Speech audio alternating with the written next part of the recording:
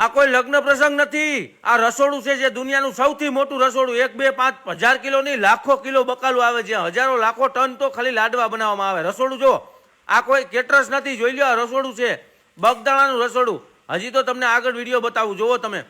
આખી દુનિયાનું સૌથી મોટું રસોડું જેને માનવામાં આવે છે એ આપણા બાપા બગદાણાવાળાનું રસોડું. બગદાણાવાળાને જે લોકો માનતા છે ને એ આ વિડીયો આખો જોશે. બાકી જેને આમાં ગેમ રમવામાં અને મોબાઈલ ફોનમાં રસ હશે ને, બહુ ગેમો રમવામાં વિડીયા જોવામાં એને મજા નહીં આવે. બાકી તમે જુઓ આ ગુજરાતનું આપણા બગદાણાવાળા બાપાનું બાવલિયાનું રસોડું તો જુઓ સાહેબ. આમ તો જો એ ઓહો, જોઈ લ્યો, જોઈ લ્યો.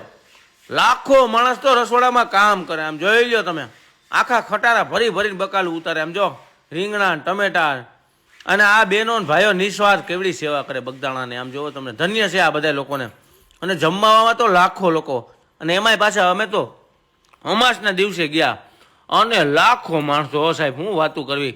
તો આખો વિડીયો જોજો. આપણે બગદાણાવાળા બાપાને દર્શન કરશું. ઝાડની અંદર, વડલાના ઝાડની અંદર બાપાનું મોઢું દેખાય એ જોશું. પછી આની અંદર આપણે એ પણ જોશું કે એક જગ્યાએ બાપા સીતારામના વાસણ હજી પડ્યા છે, એની 4 વ્હીલ પડી છે. મતલબ બાપા સીતારામની યાદો તાજી હજી પણ છે આ કળા કળિયુગની અંદર. જુઓ તમે, ક્યાંયથી લોકો આવે. જો તો દોસ્તો, આ તમે જોઈ શકો છો કે આજે મસ્ત અમાસ છે. અમાસના દિવસે ધબધબાટી માણસોની કેવડું લાખો માણસ આવે છે, જુઓ તમે. અને કોઈ દી પ્રસાદી ઘટે નહીં, અહીંયા વધે ઘટે નહીં સાહેબ. બાપાની એવી દયા છે આ બગદાણાની અંદર કે આ બગદાણા જોવા માટે દુનિયા આખી આવે. હો, અને આ મંદિર તો એવડું મોંઘું હોય છે, મને મારા અંદાજે 200-300 કરોડનું હોય ને એવું લાગે. હવે તમે કહેતા હશો ખોટી વાત છે. ના ના, હું સાચું કહું છું દોસ્તો.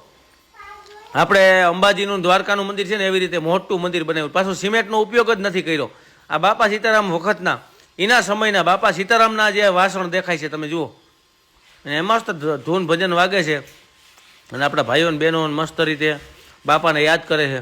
અને આ વાસણ જુઓ તમે, આ બાપા સીતારામ જ્યારે જીવતા બાપા એ સમયના વાસણો છે, હજી રાખવામાં આવ્યા છે આ કાચની પેટીની અંદર. તમે કહેતા છો આ નવે નવા કેમ દેખાય? તો મિત્રો, આમાં તો શું છે કે પછી એ લોકોએ કલર માર્યો હોય અથવા તો એવું કર્યું હોય એટલે નવા દેખાતા હોય, સાચવીને મૂકી દીધા હોય. જો એક ભાઈએ કીધું કે આ બાપા સીતારામ વખતના જે કે છે એના વિડીયો બનાવી લ્યો. તો તમને એમ બતાવીએ બાપા સીતારામનું લાઈવ બગદાણાથી. બરાબર, રસોડું તમને આગળ બતાવી, તમે ગાંડા થઈ જાઓ. એવડું મોટું રસોડું. હો ભાઈ, બગદાણા એક એવું ધામ છે મિત્રો કે જેનું રસોડું આખી દુનિયામાં ફેમસ છે યાર. રીંગણા ટમેટા અને ગુવારની તો આખી ગાડીઓ ઉતરે ખટારા. અને શાક તીખું ન થાય, મોરું ન થાય, કોઈ જાતનું કોઈ વધઘટ ન થાય, એવી બાપા સીતારામની કૃપા. એકદમ મીઠું જ શાક બને, પ્રસાદમાં તમને મજા જ આવે. અને પાછો કોઈ દી કોઈ ચાખે નહીં તોય પ્રસાદ કોઈ દી બગડે નહીં, એવી બાપાની દયા. જો આ રસોડું જોવો તમે, જોઈ લ્યો.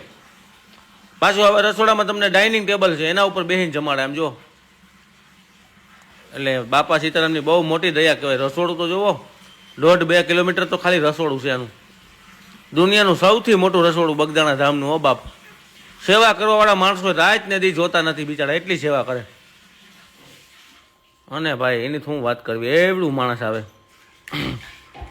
જોઈ લ્યો, બાપા સીતારામને જે લોકો માનતા છે એ વિડીયોને લાઈક કરીને શેર કરી દેજો.